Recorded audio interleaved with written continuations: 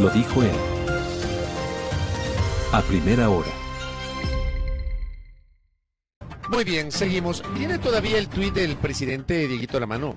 Pongamos el post del presidente de la República del día de ayer, que lo mencioné en el comentario sin rodeos y que genera un anuncio que nos va a permitir poner como contexto el diálogo que vamos a tener enseguida. Básicamente la parte del combustible. O sea, y eso también hay que analizar, ¿no? Viene el presidente en la mañana con advertencia, luego Vargas cede y después el presidente publica este post en su cuenta de X. En la parte del diésel señala que desde el 15 de diciembre bajará de 2.80 a 2.78 el galón y desde el 15 de febrero bajará de 2.78 a 2.70. Actualmente el galón del diésel para uso automotriz está en $2.80. Gracias, Dieguito. Yo justo ayer conversaba con Marcela Reynoso en el espacio que tengo en RTU y planteamos si había cómo acceder al congelamiento del valor del diésel. Aquí estamos hablando de ya ni siquiera congelamiento, sino de una reducción. Marcela, bienvenida, ex gerenta de Petrocoder, está acá con nosotros. ¿Cómo le va? Buenos días, ingeniero. Buenos días. Para mí siempre es un gusto estar aquí y dirigirme a toda la audiencia. Gracias a usted por la gentileza. A ver, ¿le sorprendió esta decisión del presidente? A mí no, la verdad, porque yo te había mencionado que el presidente tiene la facultad de definir los precios de los combustibles por decreto ejecutivo. Entonces, de acuerdo con la visión de los resultados de la paralización, esta es una medida que la toma para mí, para ir suavizando todo este contexto en función de llegar con mejores números a la consulta popular.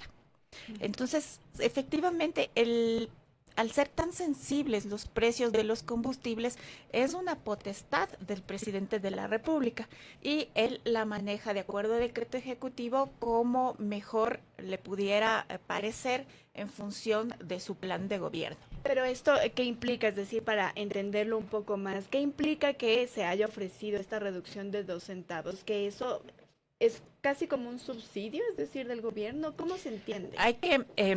El subsidio... Vamos por el principio. ¿Qué es un subsidio? Es la intervención estatal en los precios de los combustibles para ponerlos por debajo del precio internacional. Y esta definición la hace la Agencia Internacional de la Energía porque en protección para los países que no tienen hidrocarburos especialmente, para poder proteger a estos países que dependen del precio internacional y por lo tanto su competitividad sistémica a nivel productivo está relacionada íntimamente con el precio de los combustibles. Entonces, por esta razón se dice que un subsidio es la intervención estatal para poner los precios por debajo del precio internacional. Entonces, nosotros al ser un país productor de petróleo y tener capacidad de refinación, podemos ponernos en dos extremos. El un extremo es calcular los precios de los combustibles como si importáramos el 100% y el otro es calculando con nuestros precios, con nuestros costos de producción, tanto del crudo como de refinar un barril. Esos son los dos extremos. Entre esos dos extremos juegan los presidentes y juegan en función de su plan político. Entonces, si ahora el plan político del presidente es limar asperezas y tratar de ganar la consulta popular, pues entonces él va a fijar un precio que esté por debajo del precio internacional. Entonces, eso teóricamente, de acuerdo con la definición de la agencia, significa un subsidio, pero si nosotros lo comparamos con el costo de producir un barril y el costo de refinar, pues queda en la mitad.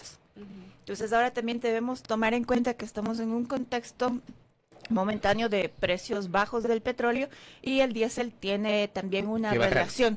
Entonces el diésel podría bajar, pero lo mismo que pasa con la Extra, la Ecopaís y la Super. Depende, porque la Extra tiene una fórmula de cálculo diferente del diésel. ¿Cuál es la diferencia? La diferencia está en términos simples para los ignorantes como nosotros que no entendemos estas cosas. La diferencia está que a la Extra se le pide como una ganancia mayor que al diésel.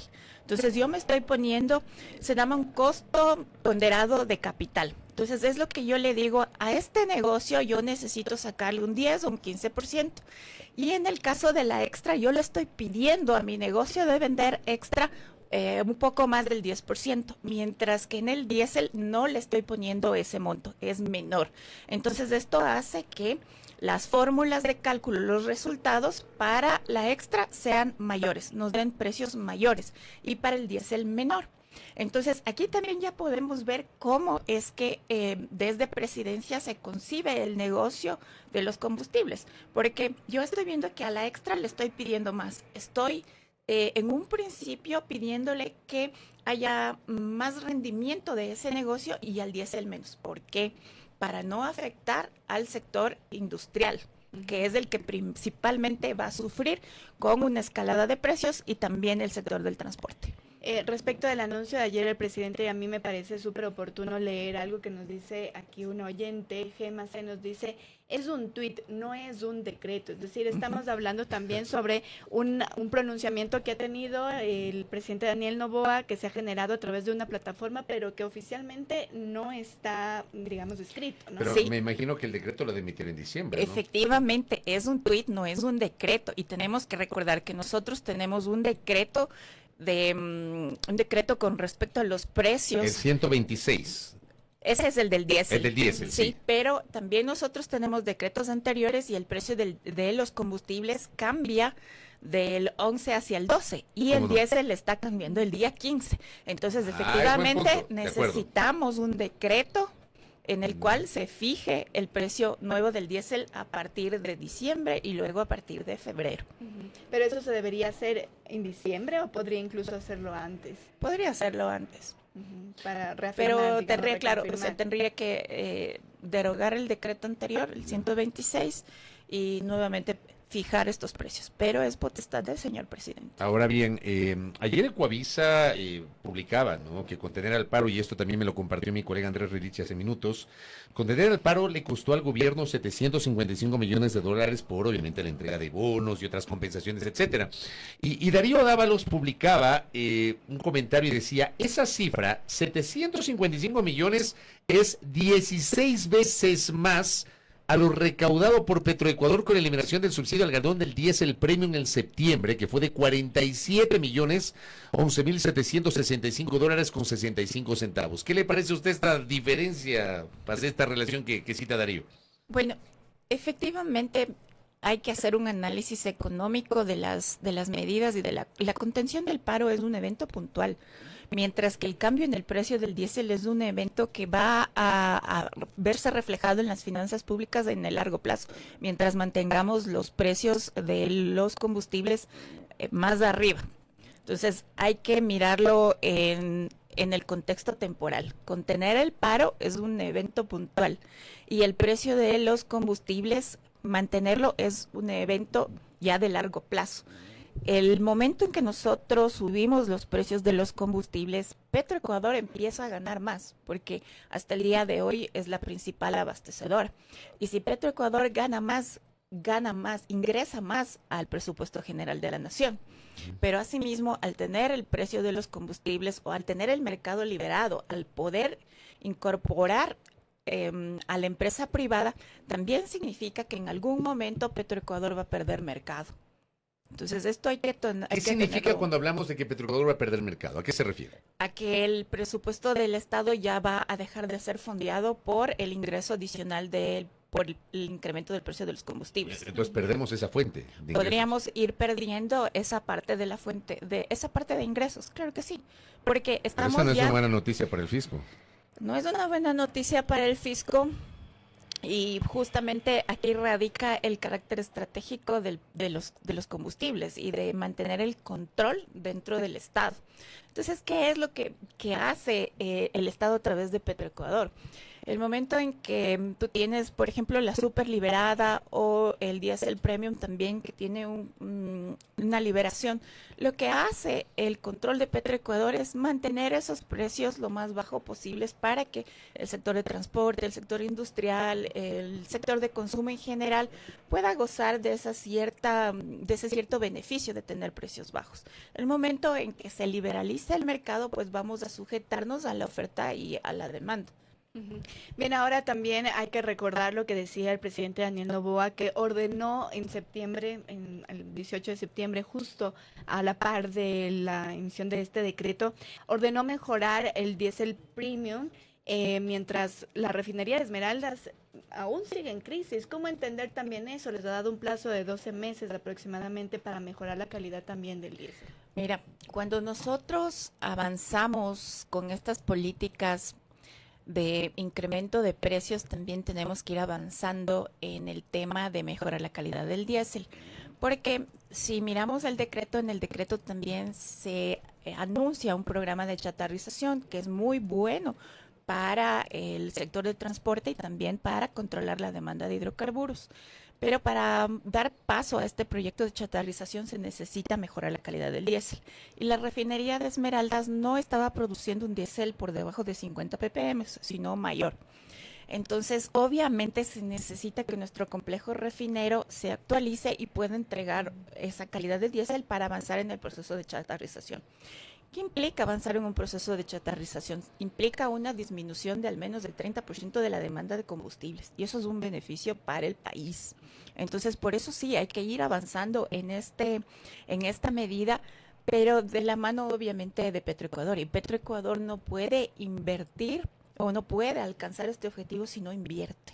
Entonces es muy importante que le demos las herramientas adecuadas a Petroecuador para poder ir avanzando en el cumplimiento, porque para llegar a estas 50 ppm necesitas repotenciar, o sea, no repotenciar, necesitas realmente poner nuevamente a punto toda la infraestructura, hacer ciertas compras para de catalizadores para mejorar ya la producción del diésel en 50 ppm, pero adicionalmente también se necesita trabajar sobre la infraestructura de transporte, porque en el transporte por los oleoductos también hay ciertos niveles de contaminación.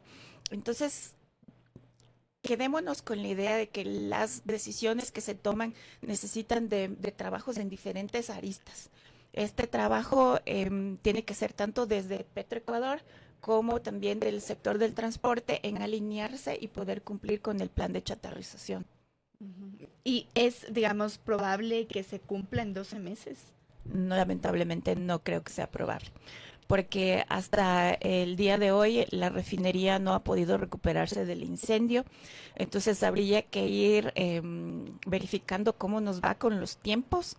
Y de ahí también planificar nuevos cronogramas para también el proceso de chatarrización, que también toma su tiempo. Oye, dos cosas finales. La primera, retomando la génesis del anuncio del presidente, que convengamos, lo ha explicado Marcela ante la pregunta que también le formuló Andrea, es un anuncio a través de la red social X, antes Twitter, todavía no se traduce en un decreto ejecutivo. El decreto ejecutivo vigente, el 126, habla de un congelamiento hasta diciembre y luego que esto se va a regular, todo eso tendrá que cambiar a través de un decreto ejecutivo. Pero le pregunto a usted si la medida es técnica, usted la ve más desde el lado político. Es una medida del lado político, porque realmente la fijación de los precios de los combustibles Es una responde decisión política. netamente a una decisión política. Los combustibles, el precio de los combustibles son decisiones políticas. Entonces, si yo tengo, si mi propuesta de país es llevarlo a la industrialización, entonces yo debo tener en cuenta que una herramienta positiva es ser un país productor y tengo que ir avanzando en recuperar la capacidad de refinación.